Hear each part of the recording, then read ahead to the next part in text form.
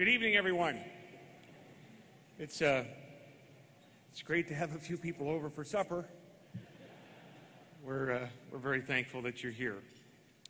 To the family of Corporal Hayward, Master Corporal Walsh, to Captain Kerr, and to my good friend and consummate gentleman, Hewitt Murch, thank you for being here so we could say thank you to you.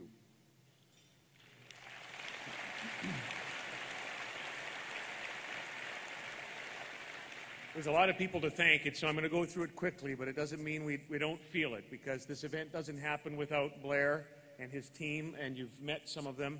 It doesn't happen without the sponsors, and it doesn't happen without all of you joining us tonight, so thanks very much for that. We also want to thank Patrick Bundrock and Gary Mishiznik, the party president, Patrick's the ED, and the team at the party for helping to make this happen. This is the first time we've been able to get together since the election in a meaningful way in the city of Regina. And I just want to point out that post-election, there are still 4 MLAs for the other guys in Saskatoon, but there's only 3 in the city of Regina.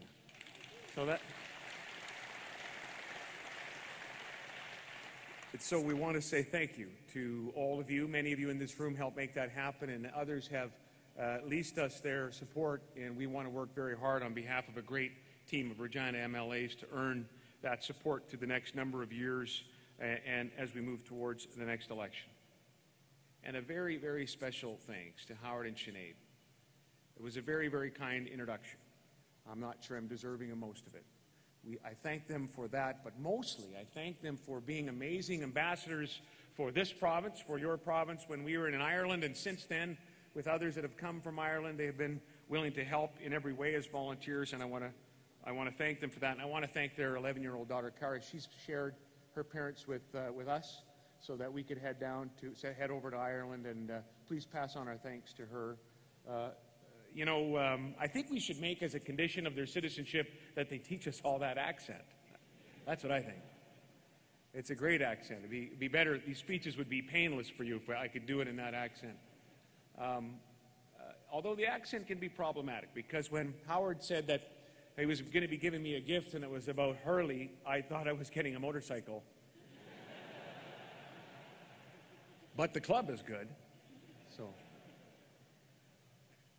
I hope you feel welcome here, not only because in Saskatchewan green is the color, but because Howard and Sinead, we are grateful that you are helping to build the new Saskatchewan, you and new citizens from across the globe. And we want to remain very grateful and welcoming to people who would do that. In honor of the introduction, I looked up a few Irish sayings. I have a couple. Here's the first, and I quote, "It's no use boiling your cabbage twice." I thought about that for a minute, and I don't know what it means. But I think here's one you might understand, and I quote, "Your feet will bring you to where your heart is." We understand that in Saskatchewan. We understand that where your heart is, your dreams are, your hopes are. And if you can't realize those dreams and hopes wherever you may be, then your heart will go to where they are, and your feet will follow. We understand that because that's how this province was built in the first place. 100 years ago, Saskatchewan was in the hope business. In fact, we were the Walmart of the hope business. People came by the thousands from all over the world. Why? That was for a chance to own land. 160 acres to call your own. They knew they could grow wheat on that land. But I think they knew something even more valuable would grow here. They could grow a life for their family and for future generations. They could grow hope. They could grow opportunity. Then, if you were chasing hope, this was the place to be. If you were chasing the opportunity to make a bit of a living, to make sure the future of your kids was brighter than your own, this was the place to be. If you were a dreamer of dreams and you wanted to get in on the ground floor of a brand new democracy that understood the importance of individual freedom and the essential nature of responsibility to help each other, this was the place to be. Back then, we were in the hope business. Saskatchewan was in the opportunity business. Saskatchewan was in the growth business. And then, for a long time, for a long, cold season, we went out of business. And hope, for the most part, grew elsewhere. And our kids, generations of Saskatchewan children, went somewhere else, and new citizens chose somewhere else to find all the things they used to find here. I want to take you back just about 5 years ago to March of 2007, if I may.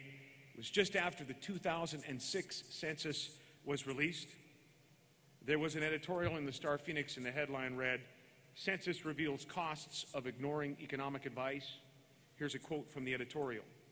"For decades, the road west has been paved with gold, and it's become part of Saskatchewan's heritage to ship off its kids to the oil patch. But Saskatchewan's population loss wasn't simply a matter of the gravitational pull of bigger cities, higher paying jobs, and bright lights."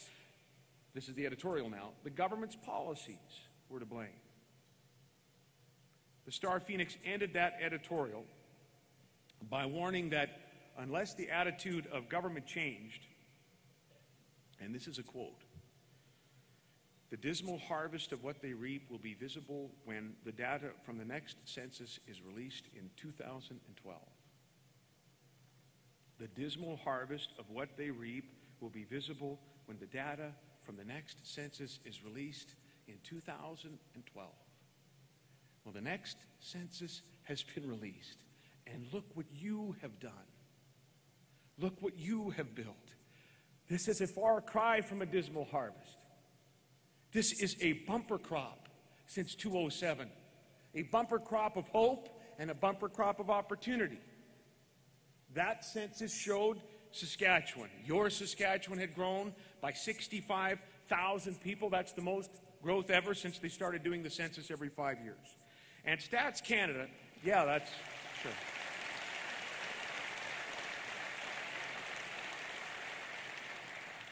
Stats Canada, now statisticians aren't prone to hyperbole, but here's what Stats Canada said when they issued the report. It's, quote, "a complete turnaround." The Leader Post headline declared that Saskatchewan was a comeback story. And since then, since the 65,000 was reported, we've continued to grow.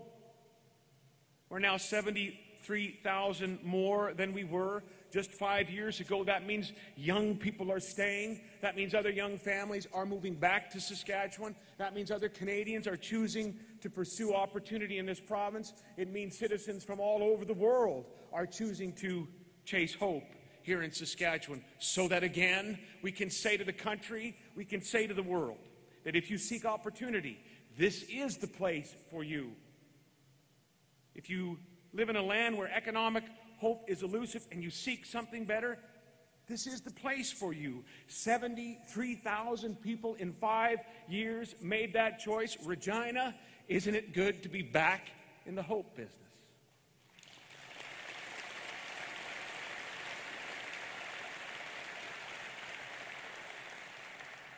And if you are a proud member of our First Nations, people who were here first, there is progress and there is hope, born of education, born of determination from our Aboriginal peoples. Aboriginal employment increased by 3,200 in April.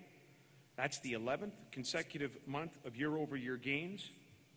We need to continue to do more. We need to partner with our post-secondary institutions, and we will. We need to seek partnerships with tribal councils, and we will. Progress is being made, and we need to do more. For First Nations and for people from far away nations, Saskatchewan is in the hope business. That we are back in business is manifest in so many ways. A legion of economic stats shouted out. Forecasts say we'll lead the nation in economic growth. The highest weekly earnings in the history of our province, wages growing at nearly 6% a year, 3 times the national average, the lowest unemployment rate in the country, and for Regina, the lowest unemployment rate among the major cities of the country. In the North End, a $2 billion expansion by Co-op Refineries, the global transportation hub. Phase 2 done ahead of schedule. Phase 3 on the way. More than $400 million already invested in just a few years. 800 employees. A 1 million square foot grocery facility with its own banana chamber. People at the legislature understand the significance of your own. 3,000 trucks a week, 1 billion pounds of freight moved each year, and they're just getting started.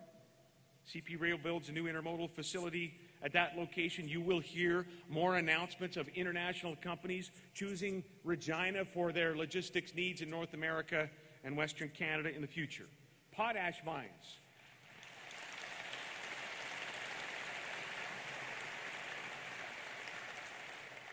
Potash mines are being expanded. New ones are being planned. Billions of dollars in investment. And in downtown Regina, there's been some sightings of a bird that's been all too rare for a couple of decades, the construction crane. Saw a couple on the skyline today. Had a chance to talk to Paul Hill about that. Hill Tower 3 is one of them. Home, by the way, soon to Mosaic's Canadian headquarters. About 80 new corporate jobs coming to the capital city. And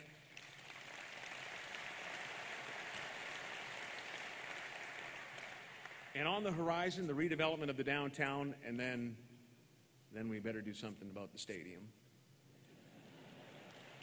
And we will. We know the status quo is not on. We understand that. We are going to work with our partners. We are going to seek their flexibility and our own to make sure we look at all the examples, including the one in Winnipeg and others across the country, to make sure we get it right. And before... There's someone that lives in Section 20, or sits in Section 28 right over there. And while I'm on the topic of Regina, if I may very quickly digress, long before the 2007 provincial election, long before that, the people here in Regina made a choice. They chose a young fellow by the name of Pat Fiacco to be their mayor. This is probably...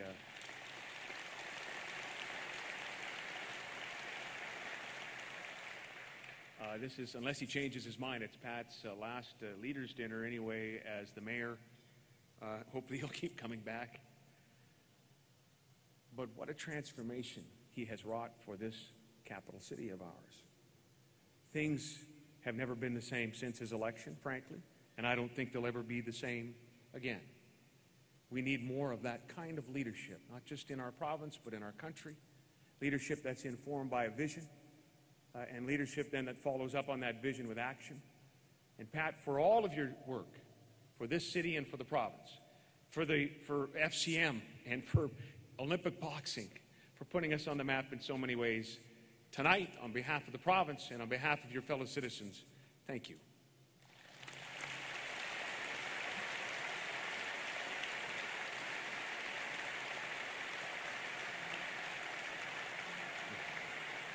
Oh.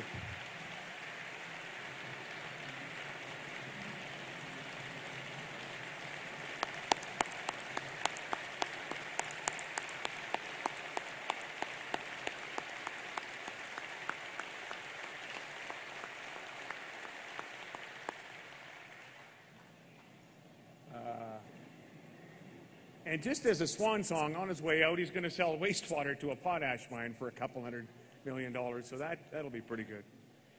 He's a bold leader with his bold words, bold deeds, bold suits, bold haircut lately. I'll let him mull it over.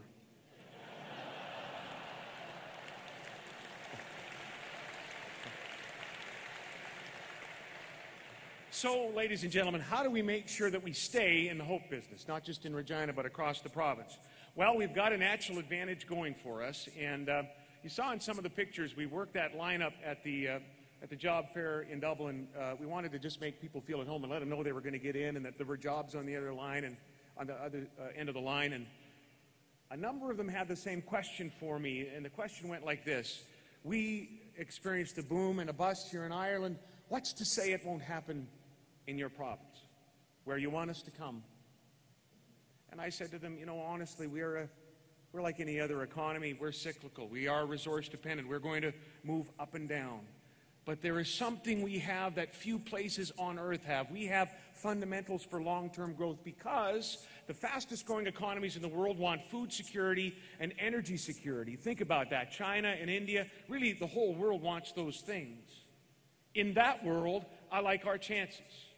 Notwithstanding some of the current instability, notwithstanding what we see in the news tonight, in the long term, food security and energy security will be required, and I like our chances.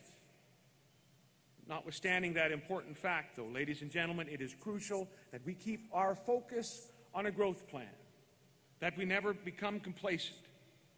I believe there's truth in the statement that leadership can help keep a good thing going, but there's just as much truth in the statement that government can kind of mess a good thing up.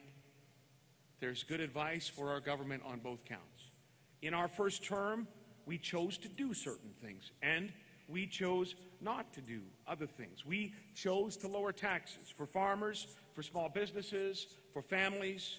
We chose to make historic investments in infrastructure, municipal infrastructure, healthcare infrastructure, like EVRAS, the facilities here, the interchange at Highway 1 in Louvain, the overpass announced by Minister McMorris yesterday, Highway 1 in Pinkie Road, $43 million, and earlier this week, again with former Health Minister McMorris and current Health Minister Duncan, I was pleased to attend an important event at the former Plains Hospital, now the SciAS campus, where we were able to announce a brand new Plains Health Center for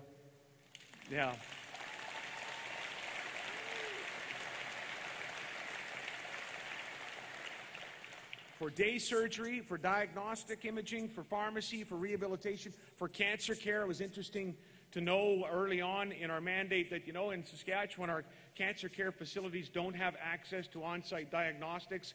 That happens almost anywhere else, and now it will happen here in Regina. It'll happen in the province of Saskatchewan.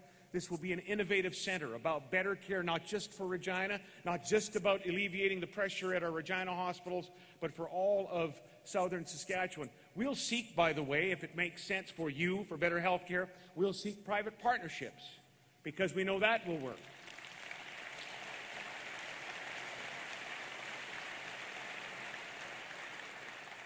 Nobody spontaneously combusts when we do that. Inside a public system, it works well. We chose to make these kinds of investments to keep up with the challenges of growth, but more on that in a moment. We chose also in our first term to keep our promise for proper revenue sharing with our municipal partners. Regina's share, for example, has gone from $15.7 million in 07-08 to $36.6 million in the budget, a 133% increase for the City of Regina. We chose some other things. We chose in the first term to pay off 44% of the general revenue debt of the province of Saskatchewan. And last year,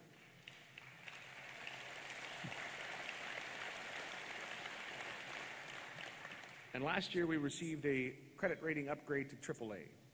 I'm not sure how many places in the world are getting credit rating upgrades.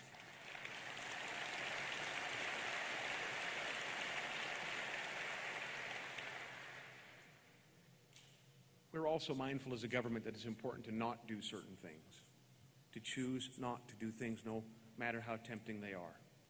In 2009, when the economies were melting down, economists were advising governments, subnational governments like ours, and national governments to deficit finance. We were in a little bit of a different position, but we resisted the urge to borrow to balance the budget.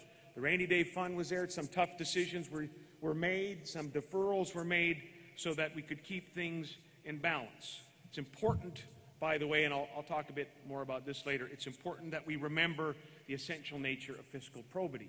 We also chose to stop picking winners and losers in the economy, where government takes your money as an involuntary venture capitalist and invests in businesses, picks winners and losers. Government's actually better at picking the losers, unfortunately. We think government's job is to get the fundamentals right, keep taxes low, invest in infrastructure, get the regulatory framework right, and let you decide what businesses you're going to invest in and build in the province.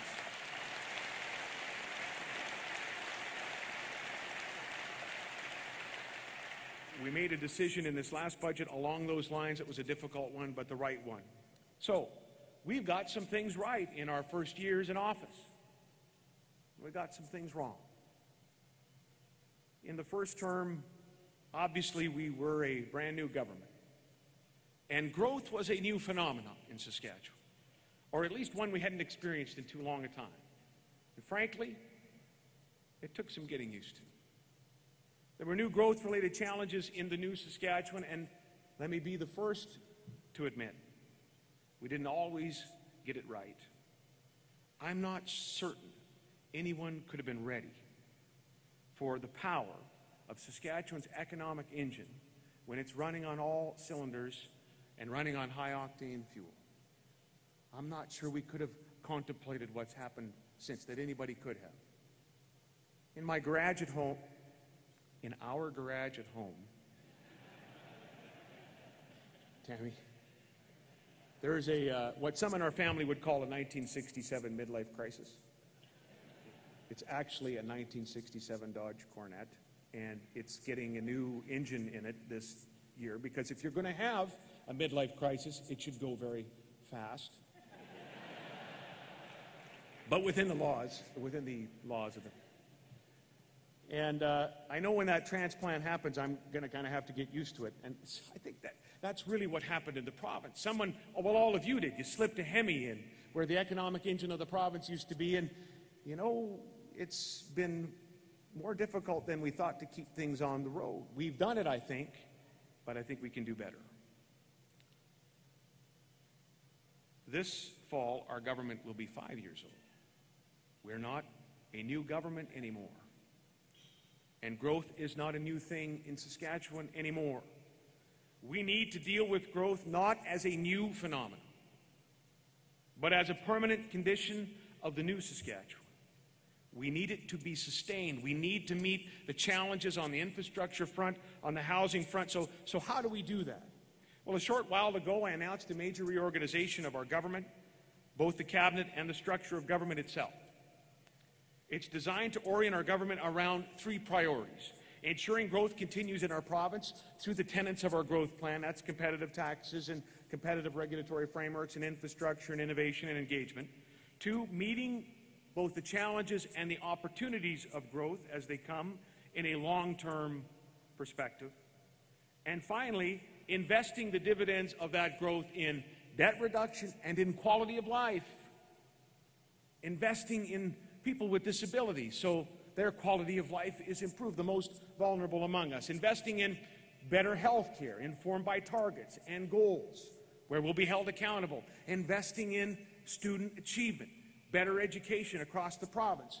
Ensuring accessibility to post-secondary education. Investing in our pristine habitats in the lakes of this province. This fall, we will present our vision and the next phase of what will be a complete plan, not just a plan for the economy to meet these three objectives, including clear targets and goals, a complete plan to help keep Saskatchewan in the hope business. We're going to need your ideas and your input for that plan to be right. And ladies and gentlemen, I am confident that we're going to get it right, but even that won't be enough. There are threats. There are risks to our continued growth. Some are clear and present and are of more concern to me. For example, we see with increasing regularity and intensity calls in this country for new taxes on resource-based economies, regional wealth transfers from the West masquerading as environmental policy. We hear our resource sector blamed for, inaccurately, ladies and gentlemen, blamed for the economic ills in other parts of the country. Friends, what we are doing in Saskatchewan, what you are building in Saskatchewan, is creating opportunity for people from across this country, from sea to sea to sea. What you are doing in Saskatchewan is not just good for Saskatchewan, it is good for Canada. And don't let anyone ever tell you different.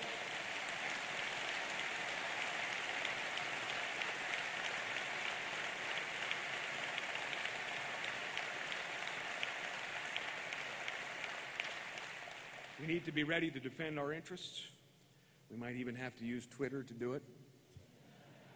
That's kind of how a lot of this debate started. I have to tell you, the leader of the NDP nationally went on a news show and said some things about Dutch disease, and I tweeted. And 5 weeks later, there's still a national media discussion about Twitter is a powerful thing. It also can be pretty addictive, if I could just digress for a moment. I don't know how many of you are on Twitter, but I am, and you kind of check it a lot, maybe too much, and I love the updates. I shouldn't, but I love the updates. You know, you get them from Twitter. Howard Morrissey followed you today.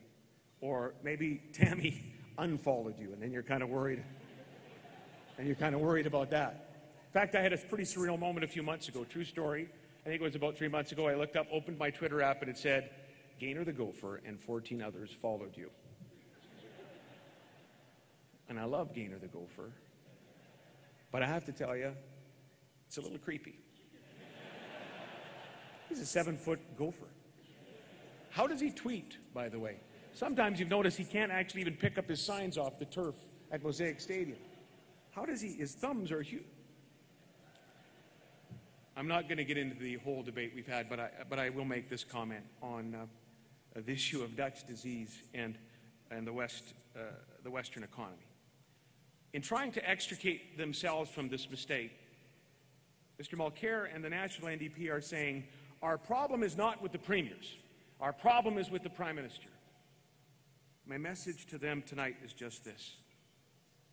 If you are aspirant to 24 Sussex, to be the national government, and you are espousing wealth transfer policies dressed up as environmental policies that would kill jobs in Saskatchewan, that would drive energy rates in the province, that would threaten our opportunity and our ability to contribute to this country like we've never contributed before, then your problem is with this Premier, and it is with this government, and it is with the province of Saskatchewan.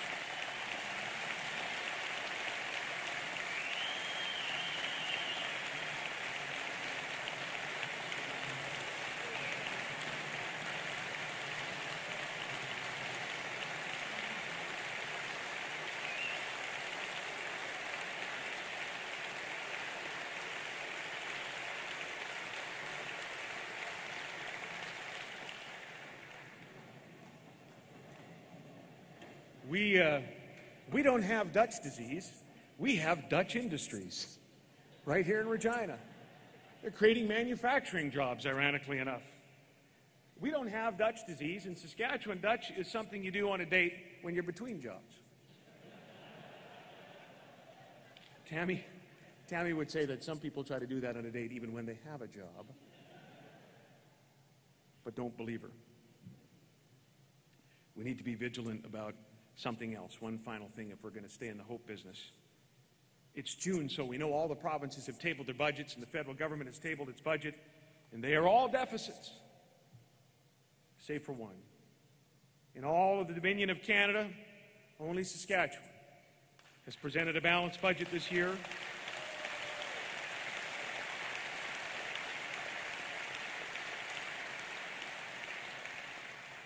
Even in relatively good times, there were difficult decisions to make to get there, but our resolve is strong, and we know how fundamental fiscal probity is to a successful growth plan going forward. Someone in the legislature this spring said, well, which is it, austerity or prosperity? I think my dad drove in on the bus from Swift Current. He was in business for 40 years, and if I learned anything from him about business, it's that austerity and prosperity aren't mutually exclusive concepts.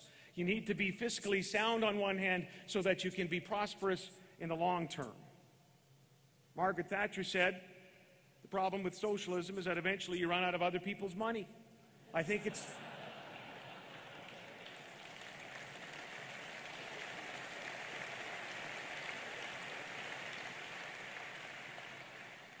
true of deficits as well.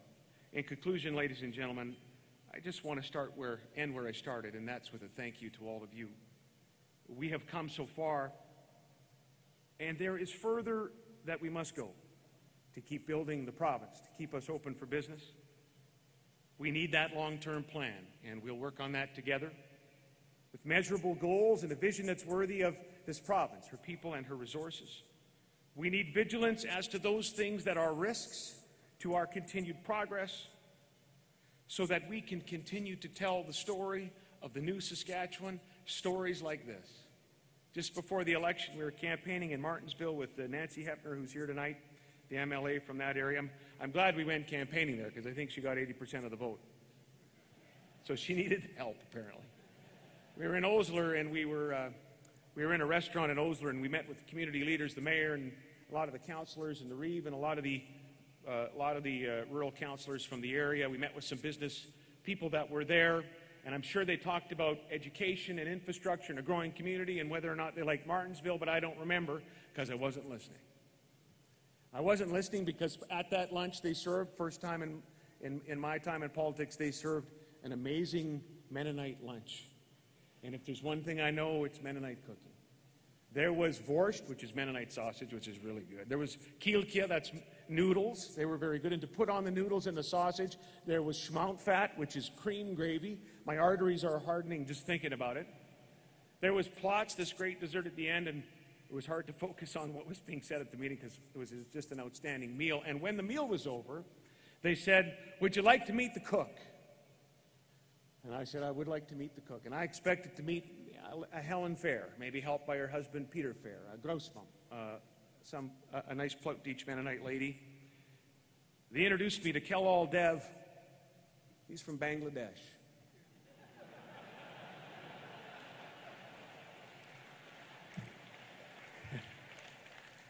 He's been here 4 years. He owns half the business now with his cousin from Bangladesh. They came here, ladies and gentlemen, because they had dreams. They came here because their feet followed their heart that followed their dreams. They came here because, ladies and gentlemen, Saskatchewan is back in the hope business, and we plan on staying open. May God bless our province.